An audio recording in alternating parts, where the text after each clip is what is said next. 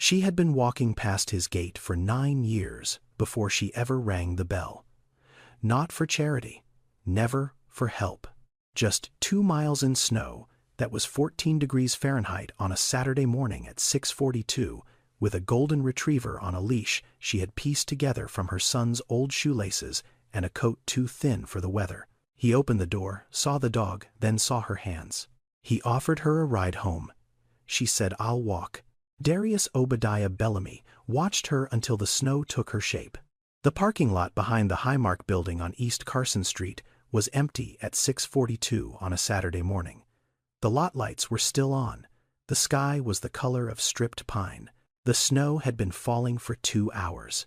Jasmine Renee Whitfield came out of the service entrance carrying a yellow Aramark bag with her work shoes inside. She had finished the third building of the night at 6:30. She had been on her feet since 10:45 the previous evening. The cold hit her at the door, and she pulled her coat closed and started across the lot toward the bus stop on 17th. She saw the dog before she saw the leash. He was sitting beside the dumpster on the back side of the lot, not lying down, sitting, upright, holding his weight off his left front leg the way an older dog does when the joint has given up on him. The fur on his neck was wet and matted. A patch above his right shoulder was missing entirely. Underneath the patch, the skin was pink and old. He was a golden retriever. He looked at her without surprise. She stopped walking. 3 things happened in her head in the next 4 seconds. She noted that he was wearing a collar. She noted that he was not lost the way a stray is lost. He was lost the way someone's animal is lost. And she noted that no one was looking for him in this parking lot at 6:42 in the morning and 14 degrees. She crossed the lot. The dog did not move until she was close enough to touch him. Then he stood up. He put weight on the left leg and winced. He waited for her to decide. She knelt. She pulled off her glove. She turned the tag on his collar. "Marlowe, please return to 1247 Squaw Run East. Fox Chapel." There was a phone number under the address. She read it twice. She knew Fox Chapel. Everyone in Pittsburgh knew Fox Chapel. She had cleaned offices for clients who lived there. She had never been inside any of the houses. She turned the tag over. On the back in handwriting that had faded almost all the way out 4 words, "My name is loved." She read them. She did not understand why her throat closed. She read them again. She pulled her phone out of her coat pocket. The screen was dark. She pressed the button. A message came up. "No service. Add funds." The plan had run out yesterday. She had known it would. She had known it on Thursday when she chose between adding minutes and buying Malik's prescription refill. She had chosen the prescription. She would choose it again. She put the phone back in her pocket. She did not call him. She did not have a way to call him. She looked at the dog. The dog looked at her. She unwound the work shoe strap from her bag and threaded it through his collar. She tied it. She tested it. It held. The bus stop on 17th was a 1/4 mile in one direction. 1247 Squaw Run East was 2 miles in the other. Jasmine Renee Whitfield was 31 years old. She had not been driven anywhere in 5 years. She turned away from the bus stop and started walking north. The wind was at her back. It was the only mercy. 2¼ miles north of the parking lot, in a house on Squaw Run East, Darius Obadiah Bellamy was sitting at his kitchen table. He was 49 years old. He had founded Bellamy Vertical Partners in 2007 in a 1-room office above a hardware store on Liberty Avenue. The firm now held a portfolio of mixed-use developments across 6 cities. Forbes had run a profile on him in 2021 with the headline that he had not chosen and did not like. He had not given an interview since. That morning he had come downstairs at 6:12 and seen that the back door was open. Not broken, not forced, open. The kind of open that happens when someone has pulled a door closed without quite latching it, and then the wind has done the rest. He stood in the doorway for a moment. The cold came through the kitchen. He looked at the floor. He looked at the empty space beside the kitchen island, where the dog bed had been for 9 years, and was still. He walked to the bed. The blanket was folded back. He touched the blanket. It was cold. He went outside. He stood on the back patio in his slippers and called the dog's name once. He did not call it loud. He did not call it twice. Then he came back inside, closed the door and sat down at the kitchen table. He did not call the police. He did not call his assistant. He did not call Winston Reginald Holt, the man who had managed his properties for 22 years and would have been on a flight by lunchtime if Darius had asked. He did not call anyone. He did not move. He sat at the table for 22 minutes. In that 22 minutes, he did not check his phone. He did not get up to make coffee. He did not turn on the kitchen light. He looked at the empty water bowl on the floor beside the refrigerator, the dish that had been refilled every morning since 2016, and he understood something he had been refusing to understand for 14 months. Marlowe had been Imani's dog. Marlowe leaving was not the same as a dog leaving. Imani Sadeh Bellamy had died on November 3rd the year before. Pancreatic cancer. 44 years old. She had picked the dog out of a litter in Greensburg when he was 8 weeks old. She had named him Marlowe because she liked the sound of the word. The dog had been hers in the way that dogs become someone's. He slept on her side of the bed when she was alive, and on her side of the bed when she was not. For 14 months, Darius had not changed anything in the house. The books on her nightstand were still on her nightstand. The coat by the side door still hung where she had left it. The dog still slept on her side of the bed. This morning, for the first time in 14 months, something of hers had left the house. He did not know yet that the dog had been found. He did not know yet that 2 miles south of him a woman had already read the back of the tag and put her phone back in her pocket. He only knew that the dog was gone. He did not weep. He had used up weeping 14 months ago, and it had not come back since. Marlowe was a 9-year-old golden retriever. He was also the last thing in this house that had ever heard Imani laugh. The gate at 1247 Squaw Run East was open when she got there. It was 8:19. She had been walking for 97 minutes. Her left glove had lost a finger somewhere on Beechwood Boulevard, and she had not noticed. Her lips were cracked. The skin under her eyes had turned a color that was not quite blue and not quite gray, and was the color the body turns when it has been outside too long and the heart has decided to ration warmth. She walked up the drive. The drive was long. The drive was lined with hemlocks. The hemlocks were heavy with snow. She climbed the 4 stone steps to the front door. She lifted her hand to knock. The door opened before her knuckles met the wood.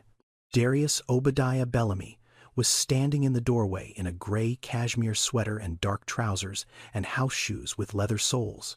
He had a phone in one hand screened down as if he had been about to dial something and forgotten. He looked at the dog. He looked at her. He looked at the dog again. The dog did not pull toward him. That was the first thing. The dog stood at her left knee with his weight off his bad leg and looked up at Darius the way a dog looks at a person he knows but is not yet ready to be returned to. 4 seconds passed. Then he took 1 step forward, leaned his head against Darius's hand, and stepped back to her knee. She did not understand what she had just witnessed. Neither did he. Darius spoke first. "Where did you find him?" "East Liberty, behind the IGA, on Penn. That's 2 miles, 2.25. He looked at her again. The coat, the hands, the strap from a work shoe knotted through the dog's collar, the bag with the Aramark logo. He was a man who had built a company on the ability to read a situation in under 30 seconds, and he had read this one before she had finished saying the word quarter. "Come inside. Warm up. I'm all right. Let me drive you home. I'll walk. It's still snowing." "I know." There was a pause. He did not push. He did not say anything about her shoes, which were soaked through. He did not say anything about the temperature, which had not climbed above 16. He did not say anything about the 2 miles she had just walked, or the 2 miles she was about to walk back. He did not say anything about her glove, the missing finger, the bare red knuckle inside it. He had seen all of it. He bent down. He took the strap off the dog's collar and handed it to her without speaking. She put it back in her bag. "Thank you for bringing him back. He was on the ground." That was all she said.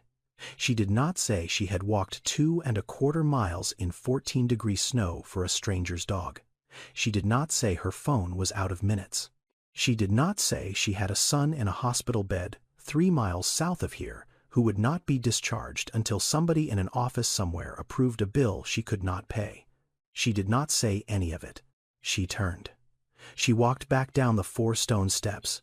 She crossed the gravel of the drive in a straight line, the kind of line a person walks who has decided where her feet are going and has no intention of letting anything change that. The dog watched her from the doorway. The dog did not whine. The dog did not pull at Darius's hand. The dog simply watched. Darius did not close the door. He stood there until she reached the gate. He stood there until she turned south on the public road. He stood there until the snow that was still falling between the hemlocks took the shape of her shoulders and gave it back to the morning as something blurred and walking. He did not yet know her name. He did not yet know where she was going next. He knew only that he had seen someone walk like that once before. Jasmine Renee Whitfield was 31 years old. She had been a single mother for 7 years. She had not slept more than 4 consecutive hours in 11 weeks. She lived in a 1-bedroom apartment on the 3rd floor of a walk-up on Larimer Avenue. The rent was $890. She earned $14.75 an hour cleaning office buildings for a company called Aramark, 6 nights a week, 11 at night to 7 in the morning. 3 buildings. The Highmark building first, then the 1 Oxford Center, then the Federal Courthouse on Liberty. She had not always cleaned offices. She had started a nursing program at the Community College of Allegheny County when she was 22. 2 years in, she was carrying a 3.8 and was a semester away from her clinical placement. Her preceptor had already told her she would be hired into the pediatric unit at McGee within 6 months of graduation. Then she was pregnant. She did not consider it a mistake. She considered it a calculation that had come out differently than she had planned. She finished the semester she was in. She did not enroll for the next one. The father of the child was a man named Andre Demetrius Booker. He had been 23. He had been charming. He had left Pittsburgh 4 months before Malik was born. He did not pay child support. He did not pay anything. In 2023, he was sentenced to 7 years at SCI Pittsburgh for armed robbery. Jasmine filed a form with the state requesting that her son not be brought to visit him until Malik could make that decision himself. She did not feel triumphant signing it. She felt the way a person feels when she closes a door she should have closed earlier. Her mother, Patricia Louise Whitfield, had died on a Tuesday in August when Jasmine was 19. The cause of death on the certificate was listed as complications of type 2 diabetes. The actual cause was that Patricia had been uninsured for 2 years and had been managing her glucose with what she could afford. She had finally walked into the emergency room at Allegheny General on a Tuesday morning when she could no longer feel her feet. The triage nurse had given her a number. She had sat in the waiting room for 8 hours and 20 minutes before anyone called the number. By the time they called her, her name was already past saving. Jasmine had been in a chair in that same waiting room when it happened. She was the one who had driven her mother there. She was the one who had counted the hours. She had not been inside a hospital voluntarily for the 7 years between her mother's death and the night a 2-year-old Malik went into his first sickle cell crisis. She had no choice that night. She had been making the choice ever since. Malik Anthony Whitfield had been diagnosed with sickle cell disease at 4 months old. Sickle cell disease is a hereditary blood disorder. It affects roughly 1 in every 365 black births in the United States. The red blood cells, which in a healthy body are round and flexible, in a sickle cell body are crescent-shaped and rigid. They get stuck in capillaries. They block blood flow. They cause a vaso-occlusive crisis. Mothers call it a pain crisis. That is the part the children feel. A single crisis can cost between $25,000 and $50,000 to treat, depending on length of stay and complications. Malik had been hospitalized 4 times in the past year. Jasmine had learned the vocabulary of insurance, copay, formulary, prior authorization, out-of-network exception. She knew the names of the drugs Malik took the way other mothers knew the names of cartoon characters: hydroxyurea, folic acid, Penicillin V potassium twice a day until age 5. She knew which pharmacy charged what for the same prescription. She knew the difference between a refill that required a doctor's signature and one that did not. She had become an expert in a discipline she had not asked to study. She was not a victim. She did not think of herself as one and would have been offended if anyone else had. She was a woman running a life with the precision of someone who could not afford to miscalculate. She was 31 years old. She had not slept more than 4 consecutive hours in 11 weeks. The math on most days was unforgiving. 5 years ago, when Malik was 2 years old, he went into his first crisis at 3 in the morning. She had known something was coming for 2 days. He had been listless. He had refused his bottle. He had pressed his palms against his shins, the way children with sickle cell press against the places where the pain has started to settle in. She had already given him acetaminophen. She had called the on-call nurse line. She had been told to bring him in if his temperature went above 100.4 or if the pain got worse. At 3:12 in the morning, his temperature was 102.8. She did not have anyone to call. Her mother was 4 years dead. Andre Demetrius Booker was somewhere she did not know and would not have answered if she had. She had a neighbor across the hall who worked a night shift at a Sheetz on the East Carson side. The bus did not run on her street at 3 in the morning. The closest cab company had stopped answering at midnight. She had a 2003 Toyota Corolla in the alley behind the building. She wrapped Malik in a blanket and buckled him into the rear-facing car seat and got behind the wheel and turned the key. What happened next she remembers in pieces. She remembers the windshield wipers. She remembers a streetlight on Stanton that was out. She remembers that she was crying without knowing she was crying because there was no sound coming out of her, only water down her face onto the steering wheel. She remembers checking the mirror at every stoplight to see if he was still breathing. She remembers that he was. She remembers the next light. She remembers the next.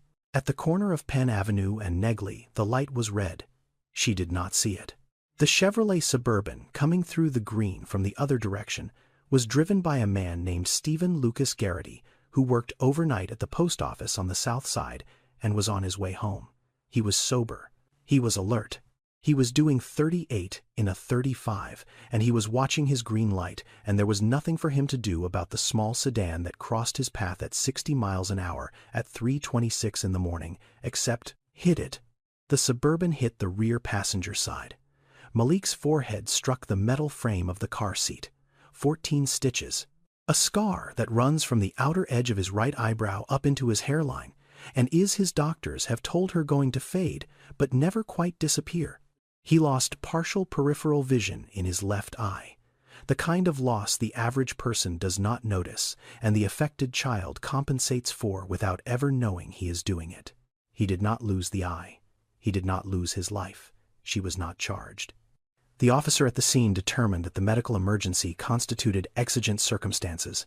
Stephen Lucas Garrity, when interviewed at the hospital, said the woman driving the other car had been crying and was holding her son and looked at him with an expression he was not going to forget. She had not almost killed her son with sickle cell that night. She had almost killed her son with panic. That distinction was the one she could not move past. She sold the Corolla in March of that year. She did not replace it. She started walking. She made a rule and gave it the kind of name a rule gets when you have lived inside it long enough that it does not need explaining. The rule of foot. Under 4 miles, she walked. In an emergency, she walked. When her mind was not choosing her speed, her feet were going to choose it for her. She has not driven since. Panic, she had learned, is not a feeling. It is a decision the body makes when the mind stops choosing. By 2021, the rule of foot had become its own quiet discipline. She walked Malik to Lincoln Elementary on Larimer at 7:45 every weekday. 42 minutes from the apartment by the bridge over the rail yards. He liked the bridge. He liked counting freight cars. He counted them out loud to her, and she counted them with him. And the rhythm of the counting and the rhythm of the walking became the same rhythm. And that was the rhythm of his childhood. She walked him to Dr. Olamide Adeyemi's office at UPMC Children's on Penn Avenue for every hematology appointment. 2 1/10 miles from the apartment, 88 minutes if the wind was at her back, 94 if it was not. She walked him to the pharmacy on Highland for every refill. She walked him to the library on East Carson for Saturday story hour when he was well enough to go. She walked alone to her own clinic visits to the food bank on Negley when the month ran short to the bus stop. When she had to take the longer route to the second job, she picked up some months at a laundromat on Bryant Street. She knew the streets the way some women know their own children's faces. She knew the corner of Penn and Fairmount where the light gave you 22 seconds to cross if you started on the white hand and 12 if you started on the orange. She knew the bodega on East Liberty Boulevard that opened at 5:45, 15 minutes earlier than its sign said, because the owner's daughter had Crohn's disease and he understood what it was to need something before the day had officially started. She knew which block of Highland Park Bridge iced over first in November and which block did not ice until December, and which never iced at all because of the way the sun caught the railing in the early morning. She knew her city in the language her city did not speak about itself. Malik knew the rule. He had never asked why his mother walked. He had grown up inside the walking the way some children grow up inside a religion, and like a child inside a religion, he did not need it explained. He needed it consistent. It was. When he was 6, his first-grade teacher had given the class a workbook page that asked them to draw something true about their family. Malik had drawn 2 stick figures with their feet on the ground, and a sun and a sidewalk that went off the edge of the page. Underneath in pencil he had written one sentence: "My mom and I walk because it makes us stronger." Jasmine had taped that page to the inside of her closet door. She looked at it some mornings before her shift, when the apartment was dark and the radiator was knocking and Malik was asleep on the pull-out in the living room and she was trying to find a reason to put her shoes on. She had not built a life. She had built a route through one. In a city built on hills, she had become an expert on the slow approach. 3 miles south of the parking lot where she had found the dog, Malik Anthony Whitfield had been in a bed on the 6th floor of UPMC Children's Hospital for 9 days. It was his 4th admission of the year. The room was 12 by 14, pale blue paint, a window that faced east, a pulse oximeter clipped to his left index finger that read 94, a hydroxyurea pill at the bedside table that he would take with apple juice at 9 a.m. and again at 9 p.m. for the rest of his life. A pain chart on the wall by the door, 0 to 10 cartoon faces beside each number, the kind of chart pediatric units use because 7-year-olds do not yet have words for what their bodies are doing to them. Malik knew the chart by heart. He knew which cartoon face went with which number. He had stopped pointing to the faces a year ago. He just said the number now. He had been a 4 when she walked in the night before. He was a 3 this morning. That was the direction they wanted. The hydroxyurea was working. The transfusions had held. The fever had come down on the 3rd day and had not come back. He was in the language of the unit, stable and trending toward discharge. His mother knew the language of the unit better than she knew most of the people in her own neighborhood. Sickle cell disease was a discipline she had not chosen and had no choice but to master. She knew that the red blood cells in her son's body did not float and bend the way hers did. She had seen them on a microscope slide once at the Forbes Avenue clinic. She had looked through the eyepiece at the crescent-shaped cells, the rigid ones, the ones that crowded together and got stuck in the small places. She had understood that her son's body was at war with itself in a language nobody had translated for him yet. She knew that 100,000 Americans lived with the disease. She knew that 90% of them were black. She knew that the median life expectancy for sickle cell patients in the United States was somewhere between 52 and 58 years old. She had done that math the first week. She had done it every year since. She was 31. Her son, if the average held, would live to the age she was now and a little further. That was the calculation she carried into every Tuesday and out of every Friday and laid down on the kitchen counter every night before she put her shoes on for her shift. Tamara Lachey Green had been Malik's nurse for the full 9 days. She was 43 years old. She had been at Children's for 16 years. She had a son of her own at Penn State and a daughter in medical school in Cleveland. She did not talk about her own children to Jasmine. She did not talk about most things to Jasmine. She did the work, and the work was the conversation, and the conversation was complete. Reverend Cordell Eugene Hayes came by the room every morning at 6:55. He was the hospital's chaplain. He was 61.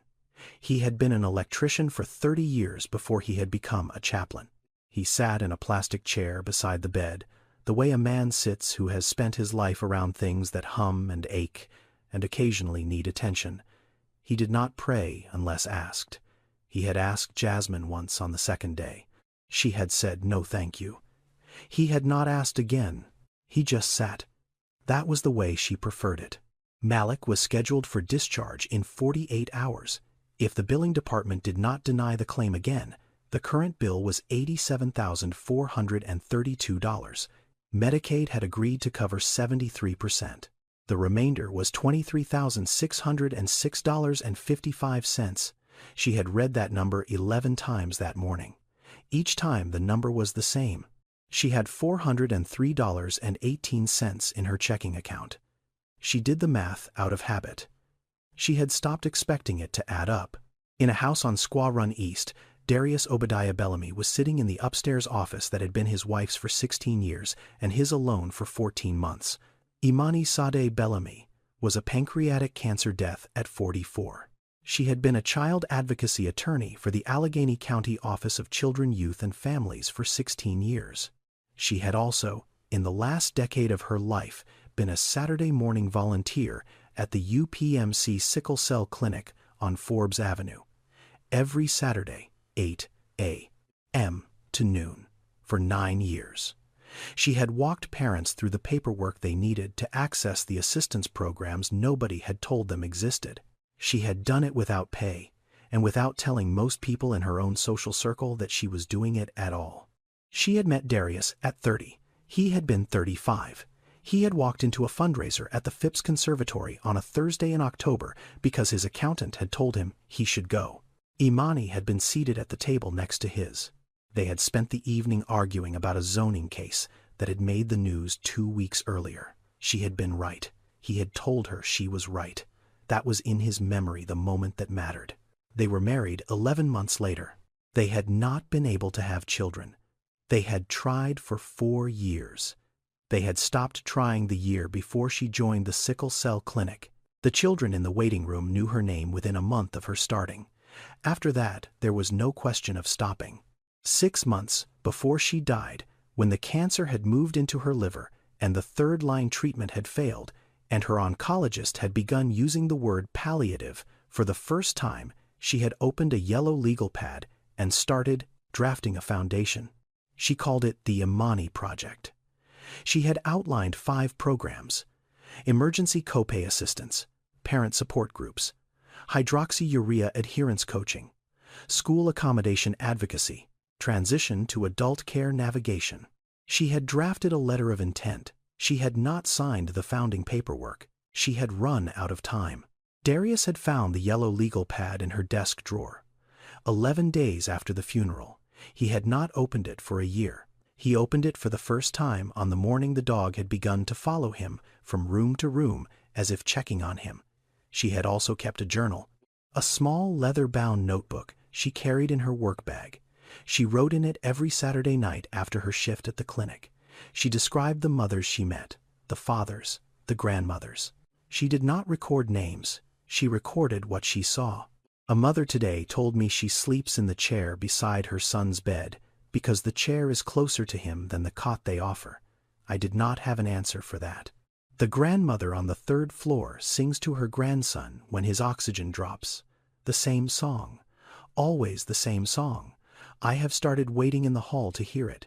The boy with the gap in his front teeth ran to me today like I was someone he knew. I did not correct him. I do not think he was wrong. 11 weeks before she died, she wrote an entry that started the same way and did not end the same way. There is a mother who walks past the clinic on Saturdays. She has a boy about 6. He has the disease. She never comes in. She always walks past. I want to find her name. The sentence stopped there. Just like that. She did not write anything else that night. 3 nights later she was admitted to the emergency room with a fever she could not get down. She never came home. The journal sat on Darius's desk in the upstairs office. The unfinished sentence had been sitting there for 14 months. Back to that morning, back to the gate, back to the moment after she walked away. Darius stood in the doorway with the dog at his feet and watched her get smaller against the white of the road. He could have closed the door. He should have closed the door. He did not close the door. He stood there for 40 seconds and he did not know yet what he was deciding. He only knew that something he had been carrying for 14 months had started to move. The thing was the way she walked. Not the way some women walk when they are trying to seem strong. Not the way some women walk when they are angry. Not the way some women walk when they are afraid. She walked the way a person walks, who has decided that her feet are the only part of her life she still controls, and is going to hold that control no matter what the weather does to her. He knew that walk. He had seen it for 96 days. In the last 3 months of her life, Imani Sade Bellamy had walked to every single one of her chemotherapy sessions at UPMC Shadyside, 1.8 miles from the house. Down Squaw Run East, across the bridge, through the neighborhood she had grown up in, into the cancer center on Center Avenue. She had carried her own bag. She had refused the car. She had refused him. She had refused the friend offering her a ride. He had asked her once why. She had said, "If I let them drive me, I let it have me." He had not understood her at the time. He had thought it was pride. He had thought it was a control mechanism. He had thought it was something they would talk through eventually. They had not talked through it. She had run out of time. She had been right. He had been wrong.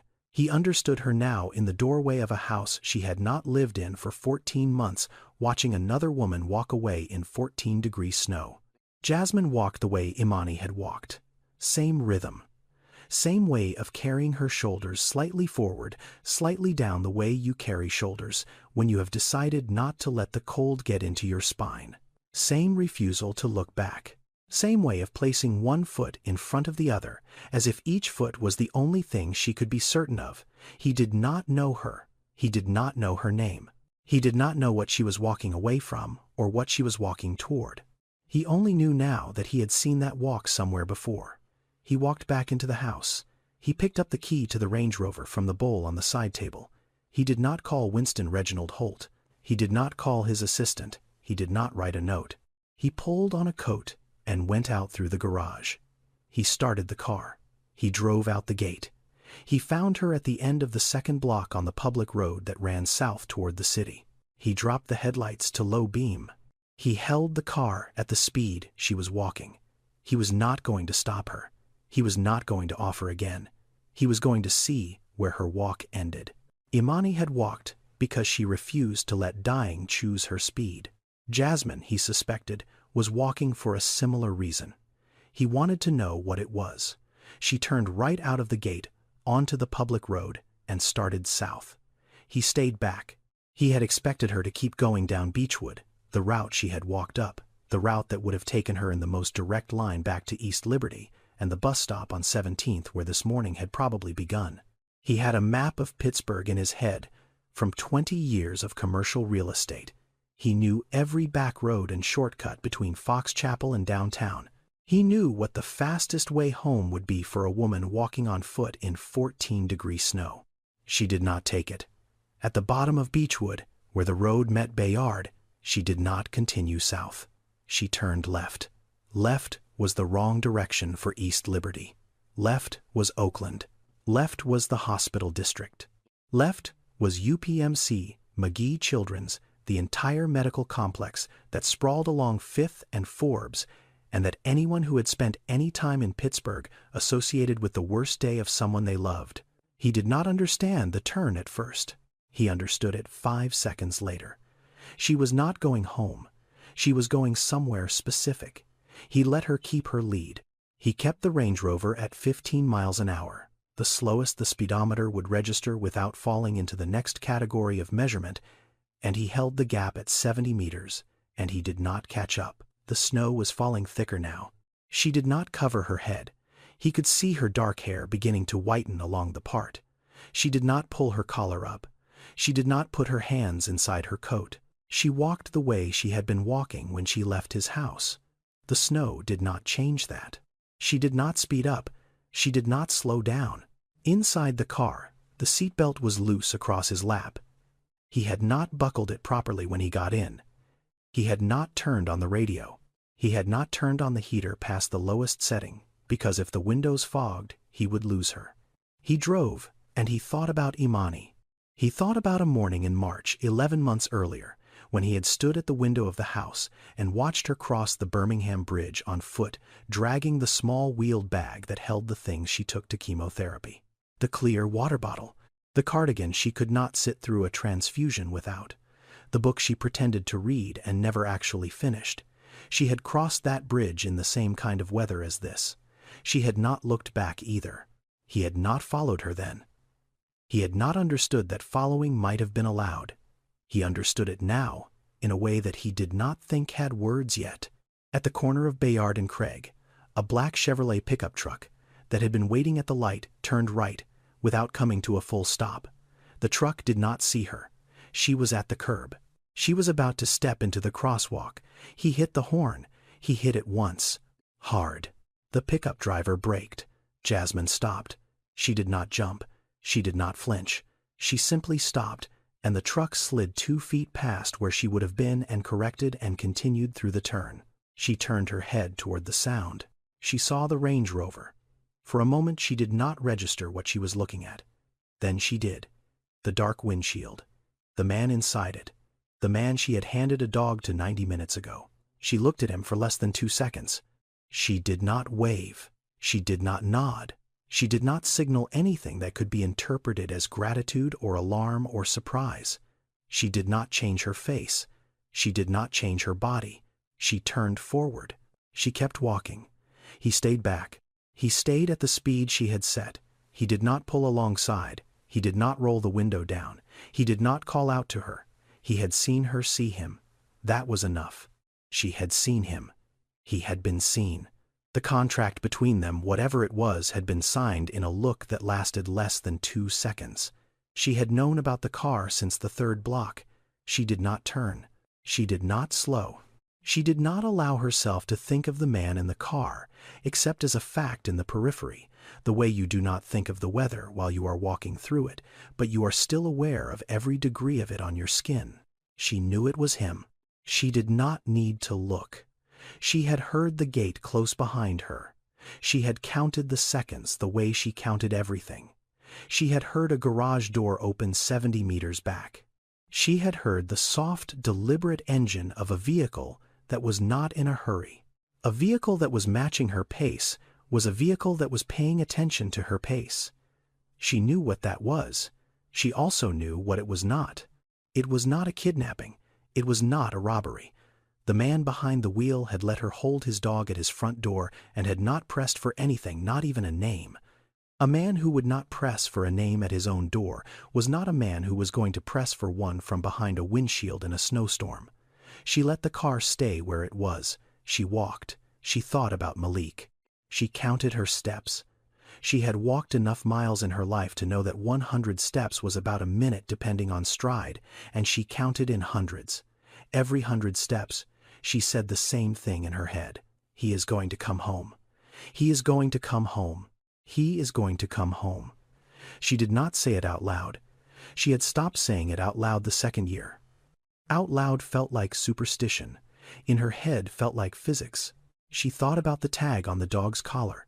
She did not know why the words on the back of that tag had made her chest close up the way it had. My name is loved. Just 4 words. She did not know whose handwriting that was.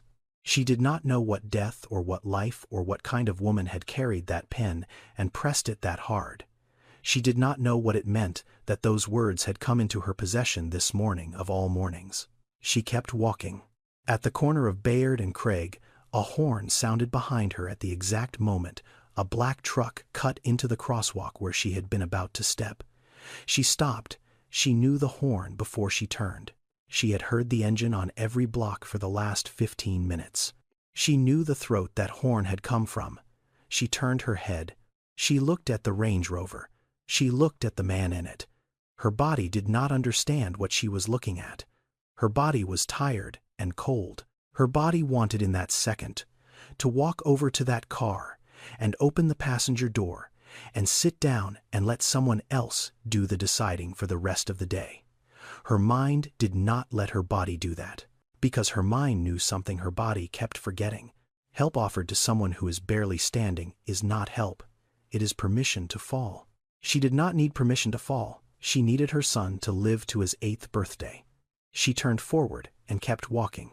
She crossed Forbes Avenue at the crosswalk in front of UPMC Children's Hospital at 9:42.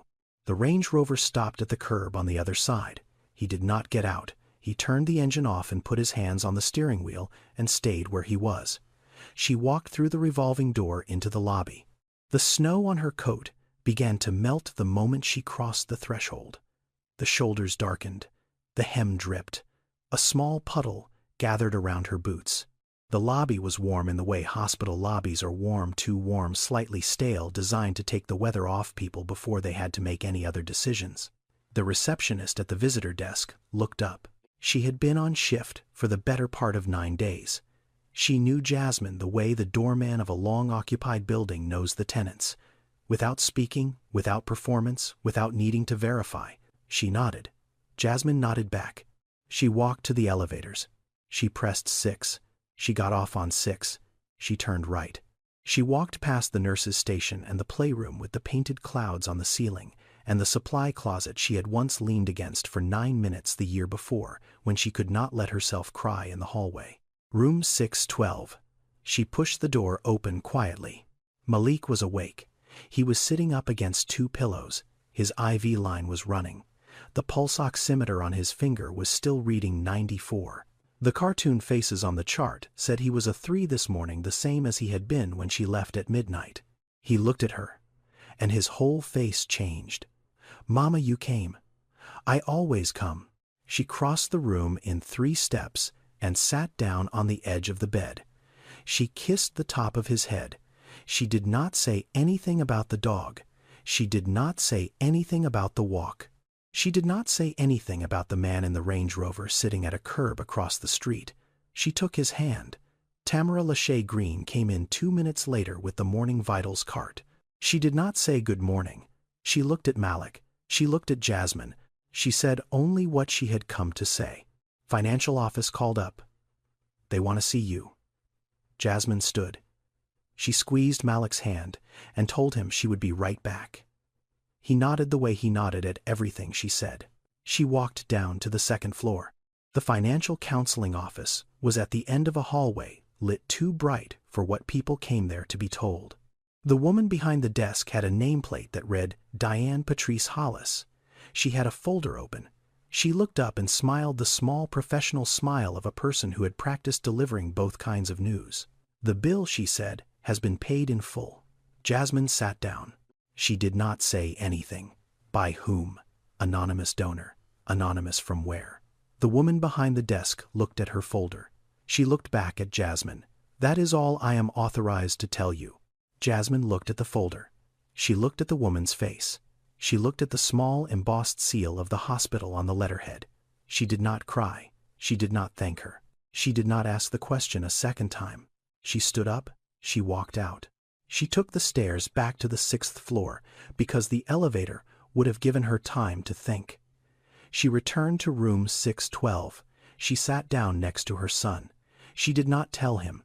$23,606.55 paid by someone who did not want her to know who they were.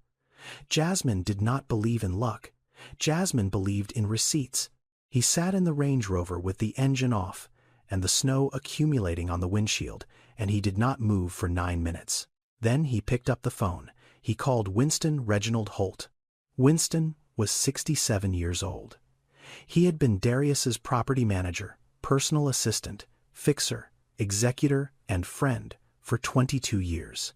He had answered the phone at 6 in the morning, at 2 in the afternoon, and at 11 at night, in 3 different decades and 4 different time zones, and he had never once asked Darius what the call was about before Darius told him. Darius told him now. I need you to call UPMC Children's Billing. Winston did not say anything for 2 seconds.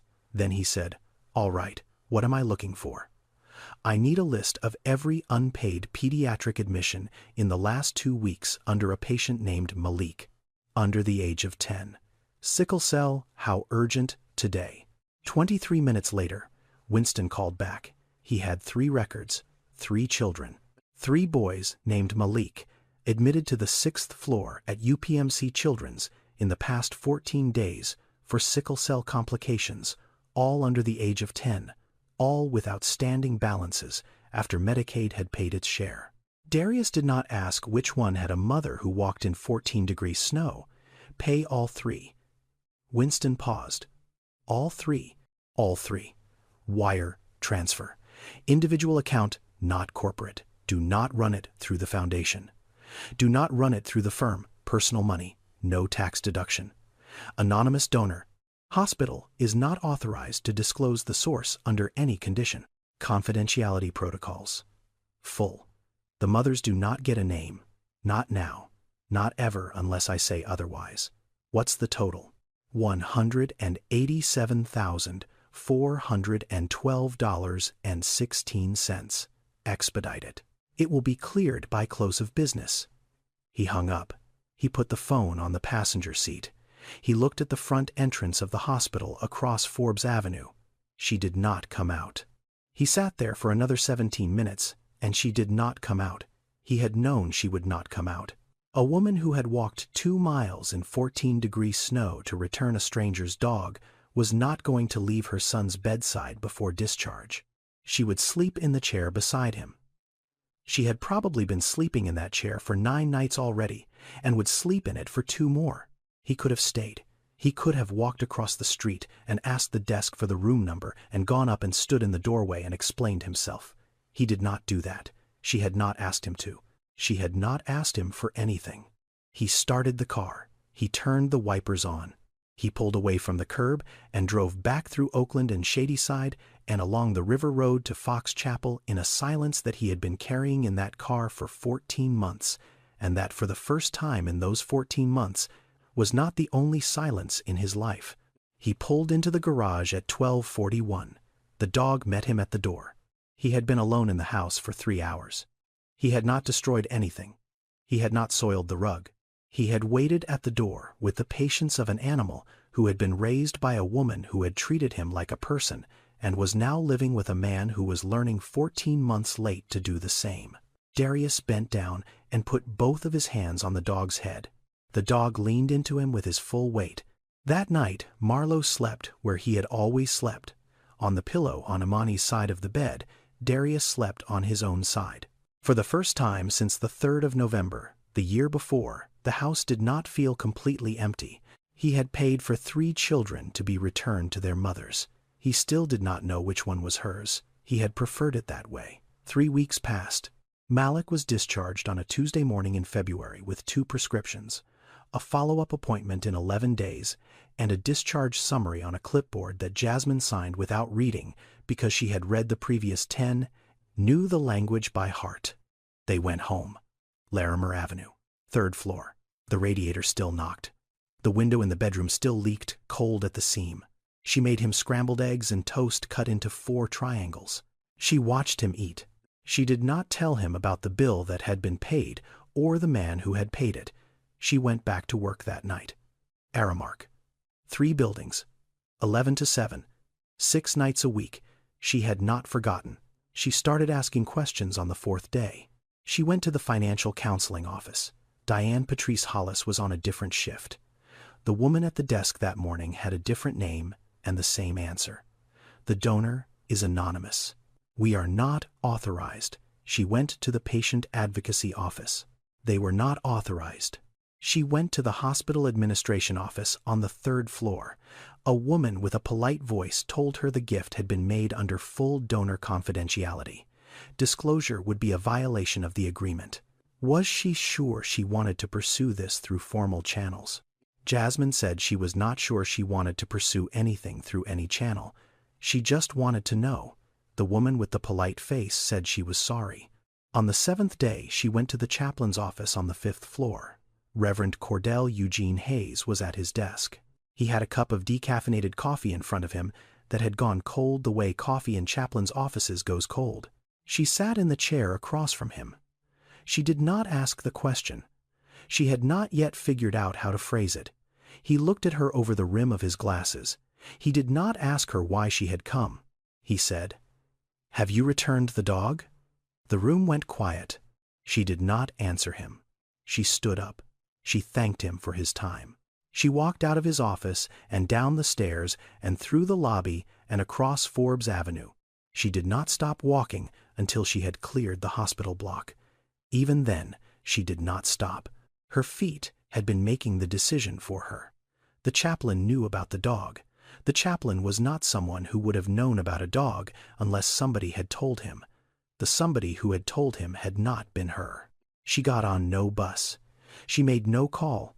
She walked north, 2 miles, same route, through Oakland, across the bridges, up the long climb to Fox Chapel.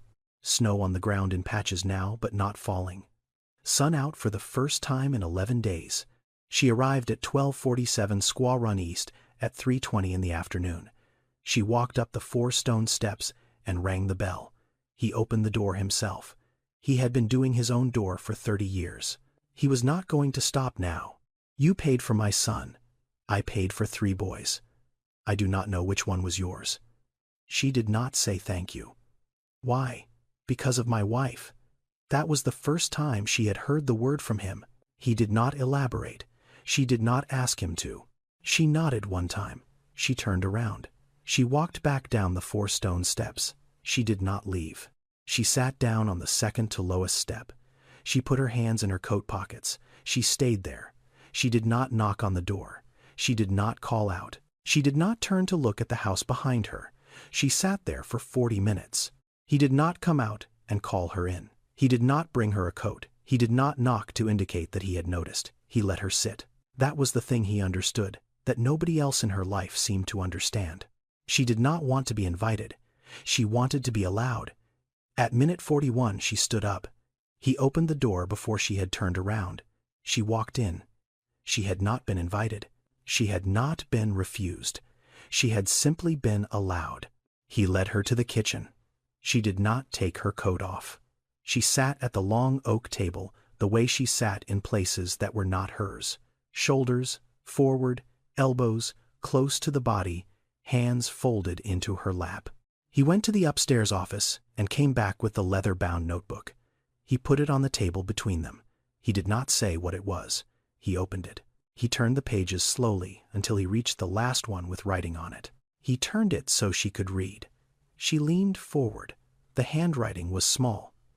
The handwriting belonged to a woman whose hand had been tired by the time she made the words. The handwriting belonged to a woman she did not know. She read, "There is a mother who walks past the clinic on Saturdays.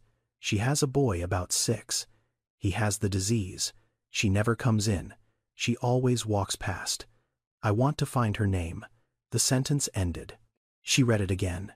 She did not look up from the page. She said, "I walked past that clinic for 9 years. He did not interrupt. She said Malik was diagnosed at 4 months. "I walked him past that clinic the first time when he was a baby in a stroller, and after that on my hip, and after that by the hand. Forbes Avenue. The clinic with the green awning. I walked past it every Saturday on the way to the laundromat on Bouquet." She stopped. She said, "I did not go in." She said, "I did not have the insurance to go in. The clinic was free if you qualified, but if you did not qualify, the bills could come for years afterward. I was not going to take on a bill I could not pay. So I walked past. I looked at the green awning. I said a small thank you in my head for the people inside doing the work for the children whose parents could fill out the forms. Then I walked on." She paused. She said, "I never went in. Not once. Not in 9 years." Darius said nothing. She said, "I did not know there was a woman watching me from inside that clinic. She did not know what to do with her hands." He said her name was Imani Sadeh Bellamy. He said she wanted to know your name. The kitchen was quiet in the way. Only kitchens get quiet when a woman who has been dead for 14 months has just been introduced to the woman she had been looking for. Jasmine sat very still. She looked at the page. She looked at the dash. She looked at the place where Imani's pen had stopped on a Saturday night 11 weeks before her death, in the middle of trying to give a name to a woman she had only ever seen from behind. Jasmine took the pen from the side of the journal. She did not ask permission. She did not look up at Darius. She put the tip of the pen on the page beside the dash. She said her name out loud first. "My name is Jasmine Renee Whitfield." Then she wrote it, in her own handwriting, in the small empty space. After the dash, she wrote her own name into the page, Jasmine Renee Whitfield. She set the pen down. The sentence read now, "There is a mother who walks past the clinic on Saturdays. She has a boy, about 6. He has the disease. She never comes in. She always walks past.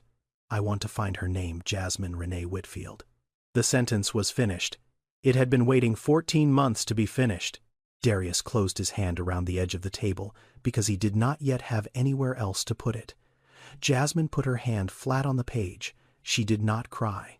She had used up crying years ago between Penn and Negley and the 8th hour of a waiting room when she was 19. She just held her hand on the page. 2 women who had never met had now met. One was alive, one was not. The journal could close. 6 months after the journal closed, the Imani Project opened its doors. The office was on Forbes Avenue, 3 doors down from the sickle cell clinic with the green awning. Same block, same side of the street. Same Saturday morning light coming through the front windows at an angle that Imani would have recognized. Darius signed the founding paperwork as executor of Imani's estate. The yellow legal pad she had drafted the plan on was framed and mounted in the front hallway of the office. Her handwriting, her 5 programs, her name on the glass above the door. The 5 programs were these: emergency copay assistance for families whose insurance did not cover the full cost of a crisis admission. Parent support groups run by parents who had already navigated the system and could walk new families through it without the language of a pamphlet. Hydroxyurea adherence coaching, because the drug that kept the crises from coming was a drug that had to be taken every single day, and every single day was a long time when you were 7. School accommodation advocacy for children whose absences and pain episodes were being treated as behavioral problems by districts that did not understand the disease.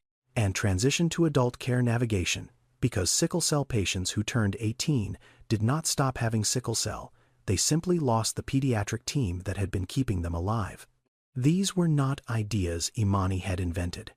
These were programs that already existed in scattered form across organizations like the Sickle Cell Disease Association of America. What she had done on that yellow legal pad was gather them into one place and fund them properly. What she had not done was live long enough to see them built. Darius had offered Jasmine the position of executive director on a Thursday evening in March.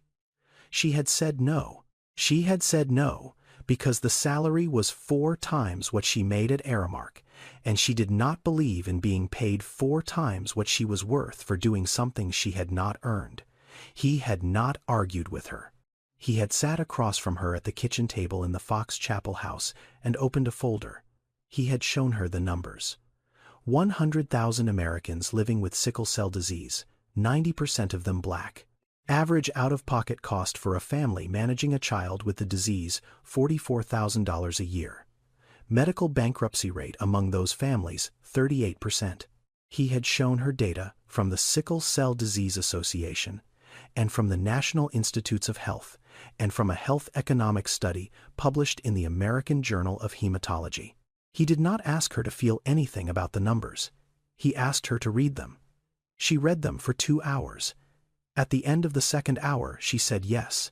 She did not say yes because she was grateful.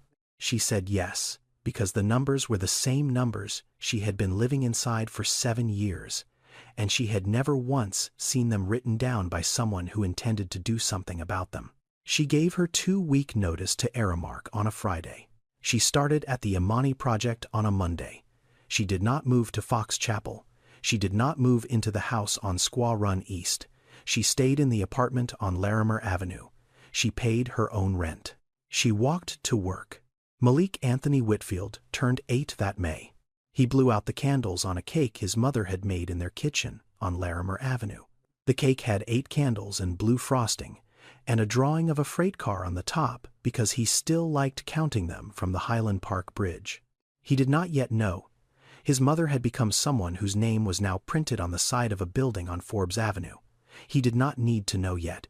He needed to be 8. On a Saturday morning in October, Jasmine Renee Whitfield left her apartment on Larimer Avenue and started walking south, same route she had walked for 9 years, down the hill, across the bridge, past the bodega on East Liberty Boulevard that opened at 5:45, through Oakland, along Forbes Avenue, past the clinic with the green awning. She did not walk past it anymore. She walked into the building 3 doors down. The air was cold, the sky was white. Snow had started falling an hour before she left the apartment. Not heavy, not yet, just the kind of snow that Pittsburgh sends as a warning before it sends the rest. She walked the way she had always walked. Same rhythm, same shoulders, same refusal to let the weather choose her speed. At 70 meters behind her, a dark Range Rover moved at the speed of a woman walking. She knew. She had known since the second block. She had heard the gate close on Squaw Run East. She had heard the engine. She had felt the car behind her the way you feel a hand near your back that has not yet touched you. He knew she knew. They had been doing this for 3 months now. Not every Saturday, not on a schedule, just sometimes. He would follow, she would walk. Neither of them spoke about it. Neither of them needed to. She did not turn around. Not because of pride, not because of the rule of foot, not because she was afraid of what turning around would mean. She did not turn around because she did not need to. The green awning passed on her left. 3 doors later, the office. The name on the glass. The Imani Project. She stopped at the door. Behind her, the Range Rover pulled to the curb across the street. The engine went quiet. The driver's door opened and closed. She heard his footsteps on the pavement. She heard them stop. He did not approach the door before her. He did not reach for the handle. He stood on the sidewalk and waited. She turned. He was standing 6 feet away. Gray coat. The dog was not with him. Marlo was in the back seat of the car, chin resting on the window ledge, watching them both with the calm patience of an animal who had outlived the person who named him and had decided that watching was enough. "I'll walk," she said. It was the 4th time she had said those words to him. The first time had been a refusal. The second time had been a boundary. The third time had been a habit. The 4th time was an invitation. "Then I'll walk with you," he said. They walked in. The door closed. The snow kept falling. The city did not notice. Marlo lived 3 more years. He died on a Tuesday morning in November at the age of 12. He died on the pillow on Imani's side of the bed. His name tag still read, "My name is loved." I want to step outside the story for a moment. This story is fiction. Darius Obadiah Bellamy is not a real person. Jasmine Renee Whitfield is not a real person. Malik Anthony Whitfield is not a real person. The house on Squaw Run East does not exist. The Imani Project as described here does not exist. But the numbers are real. 100,000 Americans are living with sickle cell disease right now. 90% of them are black. The average out-of-pocket cost for a family managing a child with this disease is $44,000 a year. 38% of those families will face medical bankruptcy. The median life expectancy for a sickle cell patient in the United States is somewhere between 52 and 58 years old. These numbers come from the National Institutes of Health, the Centers for Disease Control, and the Sickle Cell Disease Association of America. They are not dramatized. They are not rounded for effect. They are what they are. The pattern in this story, a single mother walking miles in weather that should stop her because accepting a ride would mean accepting a kind of help that costs more than it gives, is not invented. That pattern exists in every city in this country. It exists in Pittsburgh, and in Chicago, and in Memphis, and in Houston, and in the town you are sitting in right now. I wrote this story because I wanted to put a name on something that does not usually get one. Not poverty. Poverty has a name. Everyone knows the word. I wanted to name the thing that happens when a person decides quietly, without announcement, that the only dignity left to protect is the dignity of choosing how you move through your own life. Even when that choice looks from the outside like stubbornness, even when it looks like pride, even when it looks like a woman walking 2 miles in the snow to return a dog she could have left in a parking lot. Some people give without being asked. Some people refuse without being explained. The world tends to misread both. Dignity is not what you have left when you have nothing. It is what you choose to keep when accepting help would mean losing yourself. If you know a single parent walking through something silent right now, show up quietly, without making it a performance, without needing them to say thank you, without needing them to explain why they said no the first time. Share this with someone who needs to know that small dignity is not small. And if you want stories that respect the people they are about, subscribe. We will keep telling them. See you on the next walk.